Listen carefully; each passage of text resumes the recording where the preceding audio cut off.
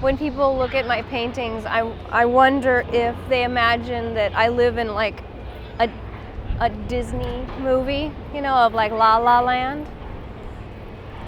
But really I come from a pretty gritty neighborhood, but really I live in a gritty neighborhood. And maybe that's why my paintings are so, I don't know, kind of happy and abundant and clean and naturalistic. It's because like it's the opposite of where I live and I kind of need it. Some people in life take the road less traveled. They swim against the current and think outside the box. Our goal is to tell their story and allow them to share their influences, their beliefs, and their creative processes. This is Breaking the Mold.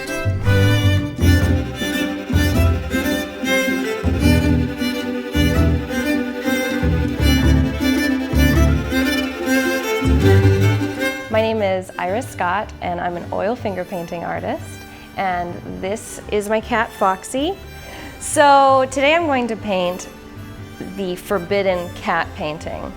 And I've put it off for 5 years because I felt like, oh no, I can't paint a cat painting. You know, the art world also says don't paint dogs, right? So I'm going to do both of those things. I have never painted a cat. The koi, I've painted like 50 canvases of those, so that I feel very confident about. But I think that the obstacle really is the way. I think that whatever I shouldn't be doing is exactly what I need to be doing.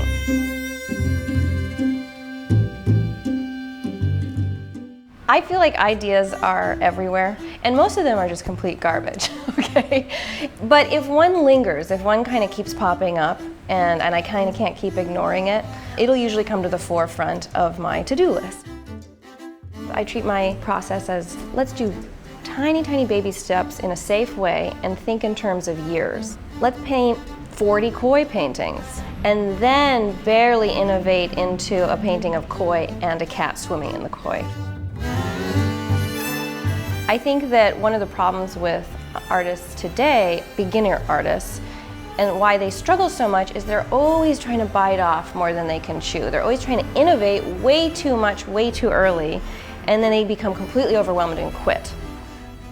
I really don't believe that people are just born with gifts to paint.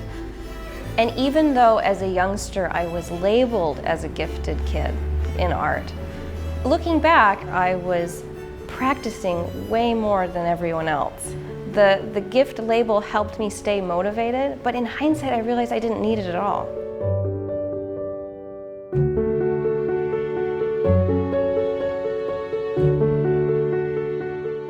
I went to art school and I studied at a small school in Italy for a year as a junior, and that was very helpful. However, there is so much to be said for the period I spent after school, where in Taiwan I essentially painted every single day, and since then have painted almost every single day for the last 5 years. It's really about practice. It's really about portfolio. It's about making a lot of work and then scrapping a lot of work, picking out the best stuff. Especially in today's world where you can use Facebook and Instagram as an instant essential art crit circle, and a fairly unbiased one, you know, and an art crit in a college art class is full of, you know, really homogenous group of people, and they're like 20-year-olds. And that is not necessarily a great way to get feedback on your art. So finger painting is starting to really gain momentum. I think if you fast forward 50 years from now or 100 years from now, it'll be really a common practice because it's extremely effective. You can switch between colors really quickly and you never have to clean brushes. I do not align myself with contemporary art. I'm trying to pick up where the Impressionists left off. Van Gogh, Monet, Klimt, Sargent, these classic masters, they didn't have a team around them. They were doing every single brush stroke.